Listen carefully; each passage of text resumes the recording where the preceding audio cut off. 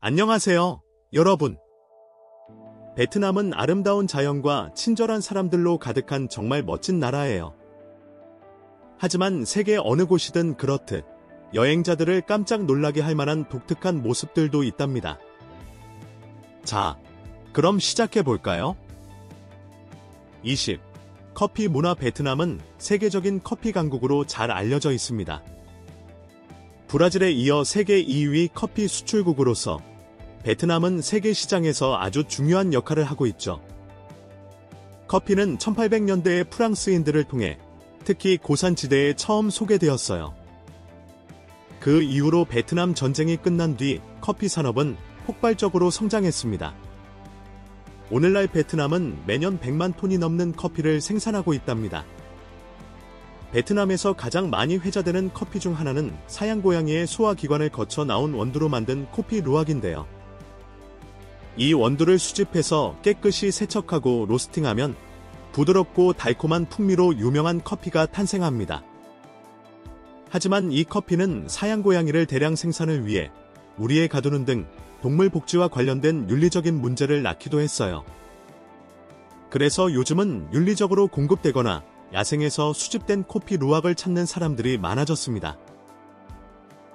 그럼에도 불구하고 베트남 커피를 진정으로 특별하게 만드는 것은 바로 독특한 문화입니다.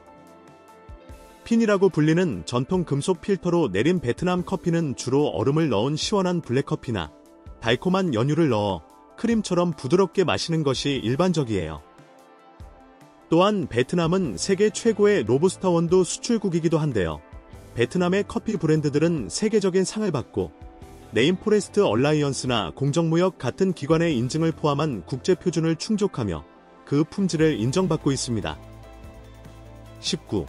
환경오염. 많은 나라에서는 쓰레기를 정해진 곳에 잘 버려서 청소가 비교적 쉽지만 베트남에서는 길거리가 플라스틱 쓰레기로 뒤덮여 있는 경우가 많아요. 심지어 어떤 사람들은 편하다는 이유로 강이나 호수에 쓰레기를 그냥 버리기도 합니다. 비닐봉지 사용도 여전히 흔해서 재사용 가능한 가방으로 바꾸려는 노력은 아직 부족해 보입니다. 오염 문제는 낡은 오토바이들 때문에 더 심각해지는데요. 특히 세계에서 가장 오염된 도시 중 하나인 하노이에서는 더욱 그렇습니다. 이런 오토바이들은 시커먼 매연을 내뿜고 쓰레기나 볏짚을 태우는 연기까지 더해져 공기질을 악화시키죠. 만약 베트남을 방문하신다면 마스크는 필수예요. 아침 안개처럼 보이는 것이 사실은 해로운 스모그일 때가 많거든요. 18. 선동 동굴. 숨쉬는 동굴. 베트남의 폭락해방 국립공원에 숨겨진 선동 동굴은 세계에서 가장 큰 동굴입니다. 길이가 약 9km, 폭은 약 200m, 높이는 무려 150m에 달하죠. 동굴의 전체 부피는 3,800만 세제곱미터가 넘는데 이는 이전에 세계 기록을 보유했던 말레이시아의 사슴 동굴보다 5배 이상 큰 규모입니다. 동굴 내부에는 최대 80m 높이의 거대한 석순들이 있고 심지어 원시림까지 자라고 있어요. 독자적인 날씨와 생태계를 갖추고 있으며 아직 탐사가 다 이루어지지 않은 지하 강도 흐르고 있죠. 이곳을 방문한 사람들은 마치 초현실적인 다른 세계에 온 것 같다고들 말합니다. 모험가나 자연 애호가에게 선동 동굴 탐험은 일생에 한 번뿐인 특별한 여정이 될 거예요. 베트남 자연에 가공되지 않은 순수한 아름다움을 그대로 보여주는 곳으로 지구에 숨겨진 경이로움을 찾는 분이라면 꼭 가봐야 할 곳입니다. 17. 때. 시간이 멈추는 순간. 만약 베트남의 설날인 때 기간에 방문하신다면 텅 빈 거리를 보고 놀라지 마세요. 떼는 베트남에서 가장 중요한 명절로 가족과 함께 조상에게 예를 갖추고 새로운 시작을 기원하는 시간입니다. 떼시 다가오면 삶의 속도가 느려지고 상점, 가게, 사무실 등이 최대 일주일까지 문을 닫아요. 대부분의 장소가 문을 닫기 때문에 사람들은 미리 음식과 생필품을 비축해둡니다. 가족들은 한 주 동안 함께 모여 오랜 전통을 따르죠. 평소에 북적이던 모습은 사라지고 전국적으로 고요하고 평온한 분위기가 감돕니다. 자, 이렇게 베트남이 느려지는 모습을 보셨으니 이제 속도를 좀 내볼까요? 접시 위에서 꿈틀거릴지도 모르는 음식들을 만나볼 시간입니다. 16. 살아 움직이는 음식. 베트남은 풍부하고 다채로운 음식 문화로 유명하지만 현지 음식에 익숙하지 않은 여행자들을 놀라게 할 만한 요리들도 있습니다. 그중 하나가 바로 메콩강 삼각주 지역에서 흔히 볼 수 있는 코코넛 벌레, 동즈어입니다.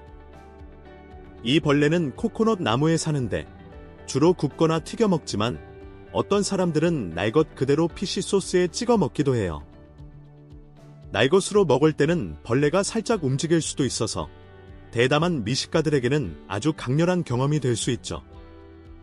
독특한 생김새에도 불구하고 먹어본 사람들은 대부분 그 식감이 풍부하고 쫄깃하다고 묘사합니다. 코코넛 벌레는 아시아에서 가장 특이한 음식 중 하나로 꼽히기도 해요. 또 다른 전통 음식으로는 띠에깐이라는 선지 푸딩이 있습니다. 보통 오리나 거위, 돼지의 피에 다진 고기, 땅콩, 바질잎, 그리고 삶은 간을 섞어 만들어요. 독특한 단짠의 맛을 내지만 개인적인 취향이나 식습관 때문에 모든 사람이 즐겨 먹지는 않습니다.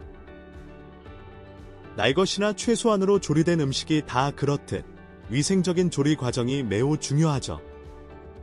부화 직전의 오리알, 즉 찡빈논도 베트남에서 인기 있는 간식으로 보통 소금, 생강, 고수와 함께 즐깁니다. 현지인들은 영양가가 매우 높다고 생각하지만 그 모습은 이런 음식이 낯선 사람들에게는 꽤 충격적일 수 있습니다. 대담한 경험 이야기가 나온 김에 쇼핑을 협상의 전쟁터로 만드는 경험은 어떠세요? 흥정할 용기가 있으신가요? 그 전에 지금 듣고 계신 모든 분들께 10초만 시간을 내어 특별한 부탁 하나 드릴게요. 혹시 저희를 도와주실 수 있다면 알림벨을 누르고 구독 버튼을 꼭 눌러주세요. 채널에 정말 큰 힘이 된답니다. 그렇게 해주신다면 여러분을 위해 이 쇼를 더욱 멋지게 만들도록 최선을 다하겠습니다. 약속하시는 거죠? 15. 흥정. 베트남에서 쇼핑할 계획이라면 흥정할 준비를 하세요.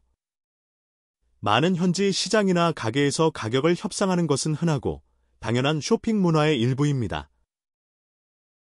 정가표는 보통 구매자가 실제 지불하는 가격보다 높게 책정되어 있고 상인들은 시세를 잘 모르는 관광객에게 더 높은 가격을 부르기도 하죠. 하지만 걱정 마세요.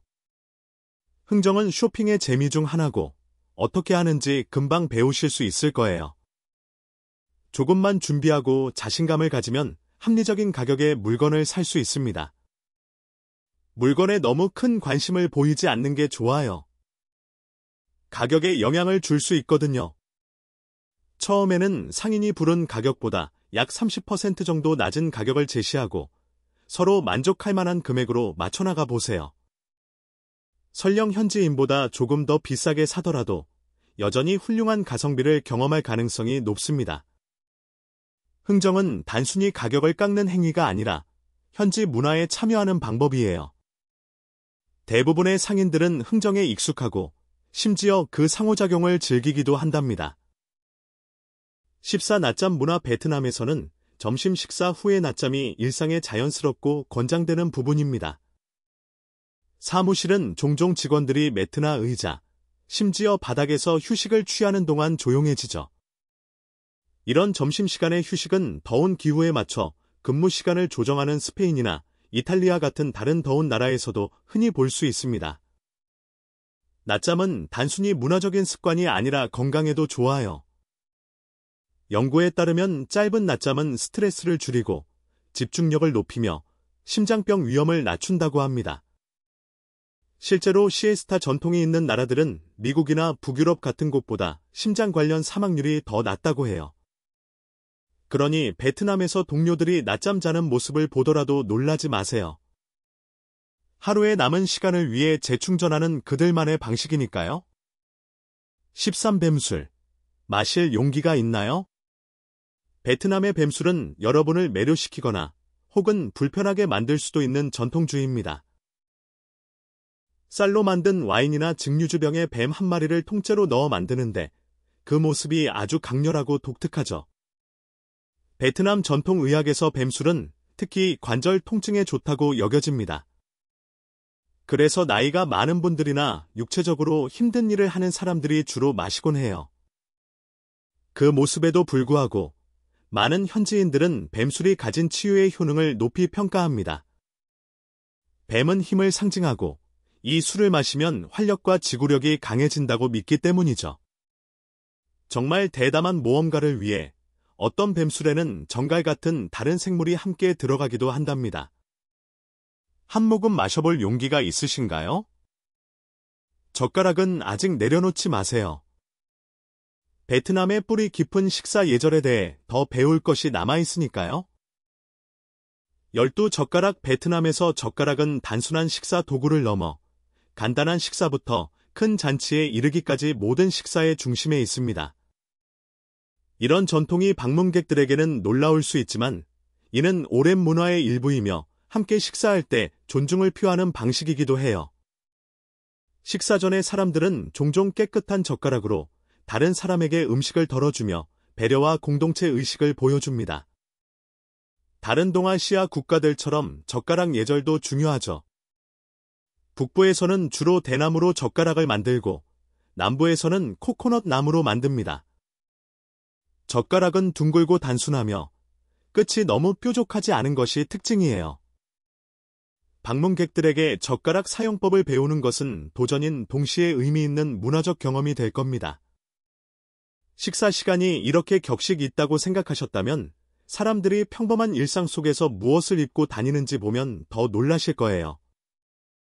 10일 파자마. 많은 나라에서 파자마는 잠잘 때만 입는 옷이지만 베트남에서는 일상복입니다.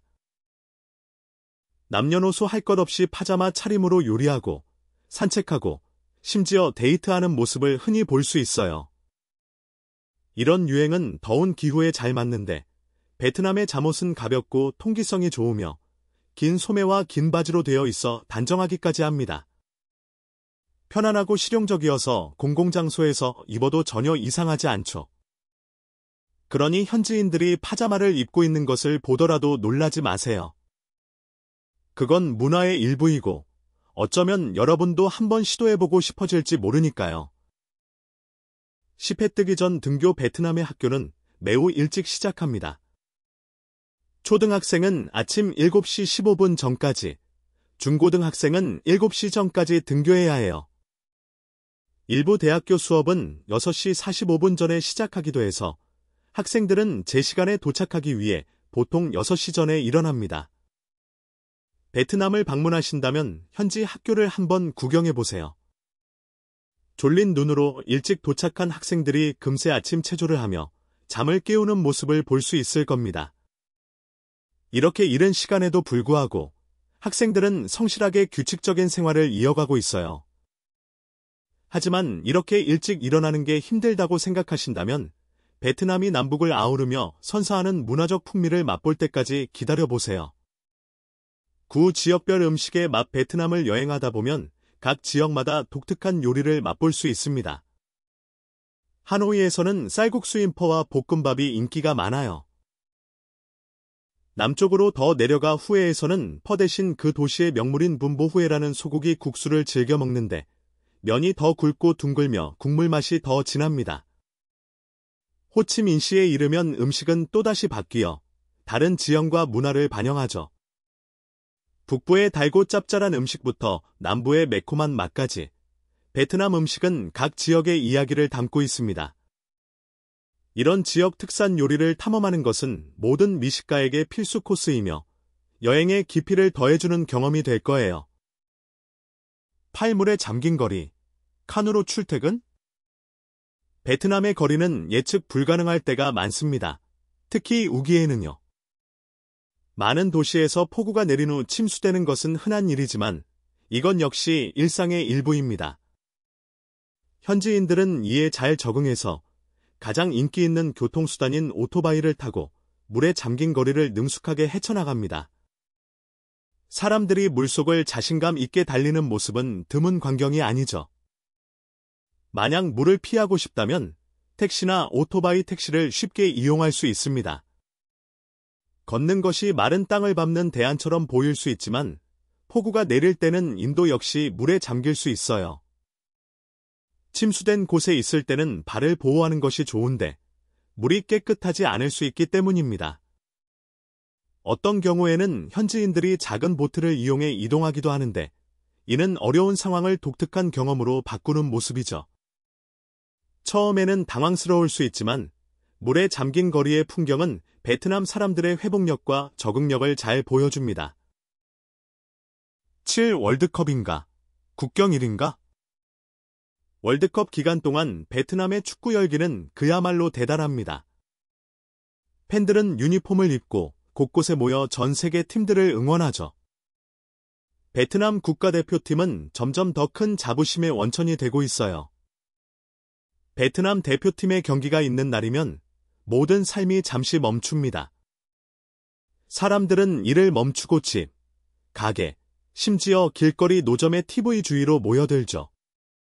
상인들은 종종 스크린을 설치해서 모두가 경기를 보고 흥분을 나눌 수 있게 합니다. 경기가 끝나면 축제가 폭발해요. 붉은 셔츠를 입은 팬들이 거리로 쏟아져 나와 깃발을 흔들고 오토바이를 타며 기쁨의 함성을 지릅니다. 이 디바오라는 전통은 축구를 단순한 경기를 넘어 모두가 함께하는 잊을 수 없는 경험으로 만듭니다. 환호하는 군중과 빛나는 스크린 너머에는 베트남의 가장 마음 따뜻한 보물 중 하나가 기다리고 있습니다. 바로 그곳의 사람들이죠. 육세상에서 가장 따뜻한 사람들 베트남을 방문했을 때 가장 기억에 남는 것 중 하나는 바로 사람들의 따뜻함입니다. 현지인들은 친절하고 기꺼이 도와주며 대가를 바라지 않고 도움의 손길을 내밀 때가 많아요. 도시든 시골이든 방문객들은 마치 가족의 일원이 된 것처럼 환영받는다고 느낍니다. 이런 친절함은 베트남 문화에 깊이 뿌리내려 있죠. 외딴 지역에서조차 낯선 사람들은 언어의 장벽과 상관없이 발벗고 나서서 도와줄 겁니다. 공동체 의식과 유대감은 그들의 자부심의 원천이에요. 공공장소는 활기차고 시끄러울 수 있고 생기 넘치는 대화와 웃음소리가 가득하지만 이 모든 것이 베트남을 정의하는 개방적이고 환대하는 정신의 일부랍니다. 오슬리퍼 버스 베트남을 가로지르는 독특한 여행 방법을 찾고 있다면 슬리퍼 버스를 타보는 것을 고려해보세요. 이 버스는 베트남 내에서 장거리 여행을 할 때 흥미롭고 인기 있는 선택지입니다. 일반적인 좌석 대신 승객들이 누워서 잠을 청할 수 있는 작은 침대가 마련되어 있죠. 덕분에 먼 도시로 가는 긴 여정이 훨씬 더 편안해질 수 있습니다. 하지만 슬리퍼 버스를 이용하기로 결정했다면 추위에 대비해야 해요. 에어컨이 아주 낮은 온도로 설정되어 있는 경우가 많거든요. 여정 동안 따뜻하게 지내려면 재킷이나 담요를 챙기는 것이 현명할 겁니다. 버스 내부는 키가 작은 사람들에게는 완벽하지만 키가 큰 승객들은 조금 비좁게 느껴질 수 있어요. 좋은 소식은 이 버스가 매우 저렴하다는 점입니다. 여러 지역을 가로지르는 여정이 단돈 26,000원 정도로 예산을 아끼는 여행객에게는 훌륭한 선택이죠. 슬리퍼 버스 경험을 최대한 활용하려면 밤에 이동하는 것을 추천합니다. 이동하는 동안 잠을 자면 숙박비를 절약할 수 있고 목적지에 상쾌한 상태로 도착할 수 있으니까요. 모험적이면서도 저렴하게 베트남을 탐험할 수 있는 방법입니다. 저렴한 이야기가 나온 김에 베트남의 담배에 대한 접근 방식은 여러분을 깜짝 놀라게 할지도 모릅니다. 아주 저렴한 담배 베트남을 방문했을 때 눈에 띄는 점 중 하나는 담배 가격이 비교적 저렴하다는 것입니다. 담배 한 갑이 1,300원도 안 할 수 있는데 이는 담배 한 갑에 약 32,500원에 달하고 그 상당 부분이 세금인 호주와 같은 나라에 비해 담배세가 낮기 때문입니다. 이러한 저렴한 가격은 베트남의 높은 흡연율과 관련이 있는 것으로 보입니다. 담배 제품을 쉽게 구할 수 있지만 흡연이 건강에 미치는 잘 알려진 위험을 기억하는 것이 중요합니다. 베트남과 다른 나라 간의 가격 차이는 담배 사용을 권장하는 것이 아니라 공중보건 정책과 과세 방식의 차이를 보여주는 대목입니다. 자, 이제 경적이 제2의 언어처럼 울리고 보행자들이 피하기의 달인이 되는 조직적인 혼돈에 대비하세요. 3. 혼돈의 교통. 만약 베이징 같은 도시의 교통이 극심하다고 생각했다면 베트남의 하노이나 호치민시를 경험할 때까지 기다려보세요. 이 도시들은 수백만 대의 오토바이로 가득 찬 번잡한 거리로 유명합니다. 베트남 오토바이 제조업체 협회에 따르면 도로에는 약 7,200만 대의 오토바이가 있는데 이는 대략 국민 3명당 2대꼴입니다. 인도는 종종 주차 공간으로 사용되기 때문에 보행자들은 때때로 차도를 따라 걸어야 합니다. 오토바이, 자동차, 버스, 트럭, 심지어 큰 짐을 실은 자전거까지 모든 종류의 차량이 같은 공간을 공유하죠.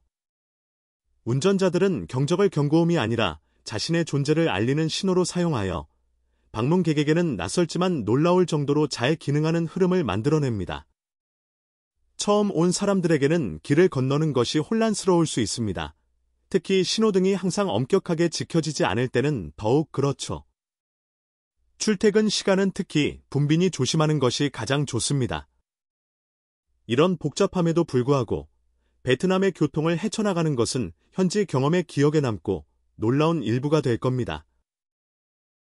현대적인 혼돈이 도시를 지배하는 동안 조용한 시골의 전통은 여전히 시골을 통해 이어지고 있습니다. 이 연기와 문화, 일반 담배 외에도 베트남에는 여러 세대에 걸쳐 전해 내려오는 전통적인 담배 흡연 방식이 있습니다.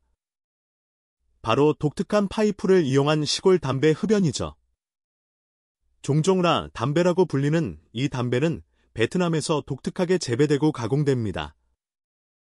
시골 지역에서는 특히 현지 찻집에서 낮은 담뱃대를 사용하는 사람들을 여전히 흔하게 볼 수 있습니다.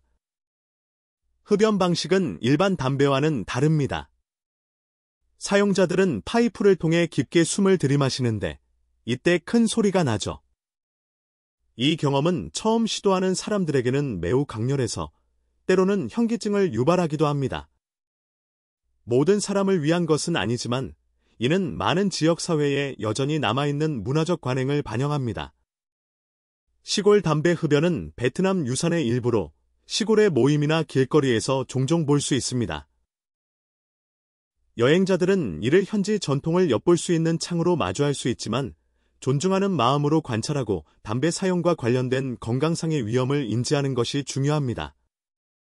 이제 모든 것을 다 봤다고 생각했을 때 베트남의 마지막 놀라움은 어쩌면 작별 인사에 대한 여러분의 생각을 바꿔놓을지도 모릅니다.